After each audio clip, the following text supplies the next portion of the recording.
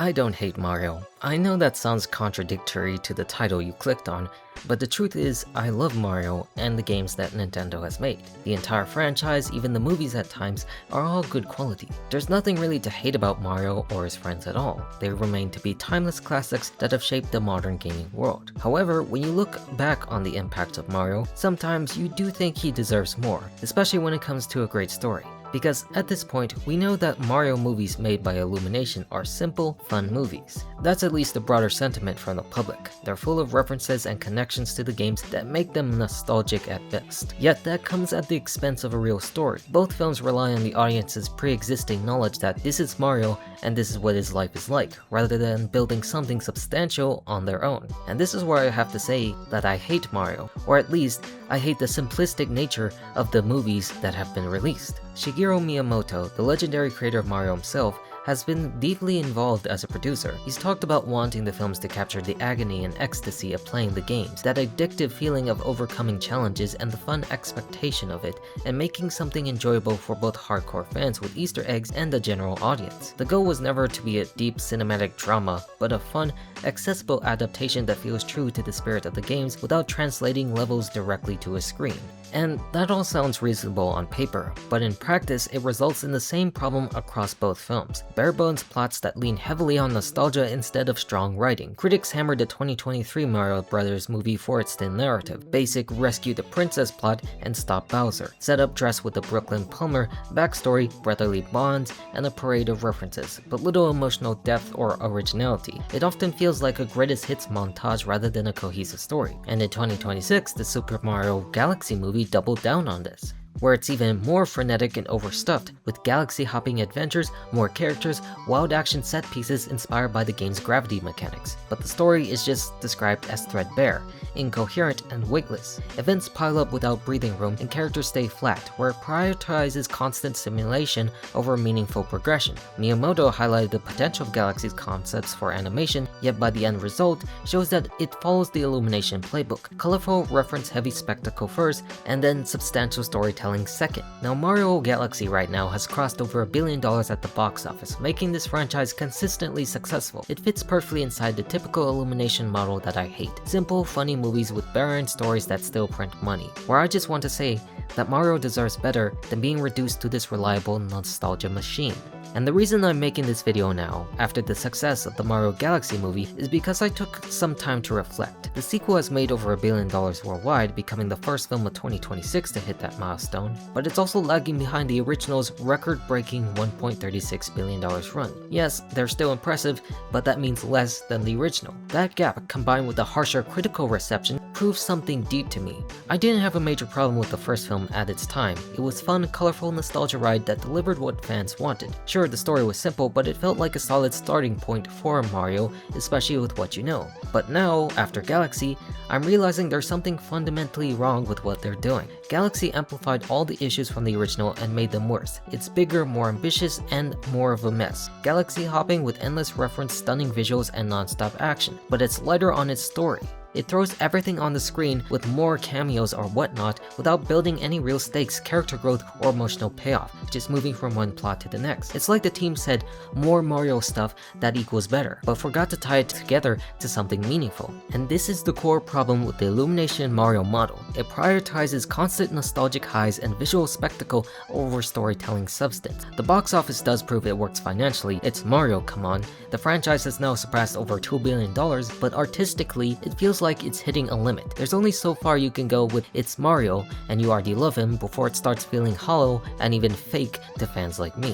Where yes, you can have a winning formula for the movies that attracts attention, but it's sadly locking Mario into the simplistic, reference-heavy movies that don't evolve with the character or the world in compelling ways. So with that said, let's go back to 2023 to look at the original film. At the time, I and most audiences did love it. It was a bright, energetic nostalgia trip that checked all the boxes for fans. The animation was gorgeous, the world felt alive with classic Mario elements, and set pieces delivering like scenes from the games delivered pure fun. The actors did steal the show and was easy to get swept up in the spectacle, and it made so much money for that moment in a big screen Mario playground. But looking back on it now, especially after Galaxy, the critics were still largely right about its core problems. The story itself is just painfully basic and underdeveloped. Mario and Luigi are struggling plumbers in Brooklyn who get sucked into the Mushroom Kingdom through a mysterious pipe. Mario ends up training with Princess Peach to become a hero, while Luigi gets captured by Bowser. The plot boils down to stop Bowser from conquering everything and rescuing Luigi, with a thin brotherly subplot about proving themselves to their family.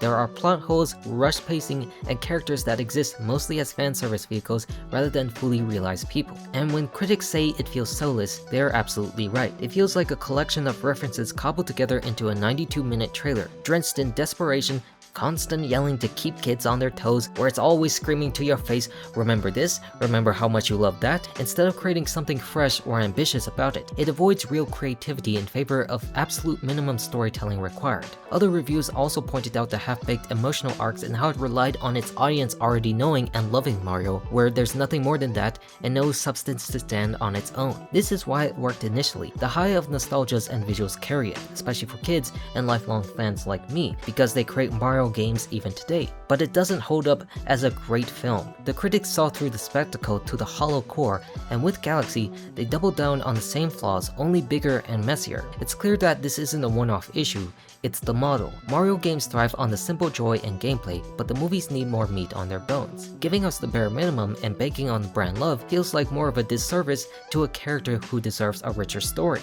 And if the first film had its cracks in its foundation, then the Super Mario Galaxy movie blew them wide open and turned them into a cosmic mess. On the surface, it does look like an upgrade. Bigger scope, more planets, gravity-bending action inspired by the beloved game, new characters like Rosalina and Yoshi and Bowser Jr. as a central villain, but it still does the same thing, except feeling more hollower. The basic plot, of course, is Bowser Jr. kidnaps Rosalina to harness her power, frees his dad, and conquer the universe with some super weapon. And Mario, Luigi, Peach, Toad, and Yoshi team up for a galaxy-spanning rescue mission. In execution though, it's a disjointed string of things just happen. The film has to race from one set piece and cameo to the next with barely any connective tissue. Subplots are introduced and then mostly ignored, where the pacing is just truly exhausting. All gas, no breaks, but it never builds genuine stakes or emotional weight. And critics tore into this exactly as I come to see it, calling it a bland screensaver and weightless, a sugary barrage of references with no substance. It mistakes constant stimulation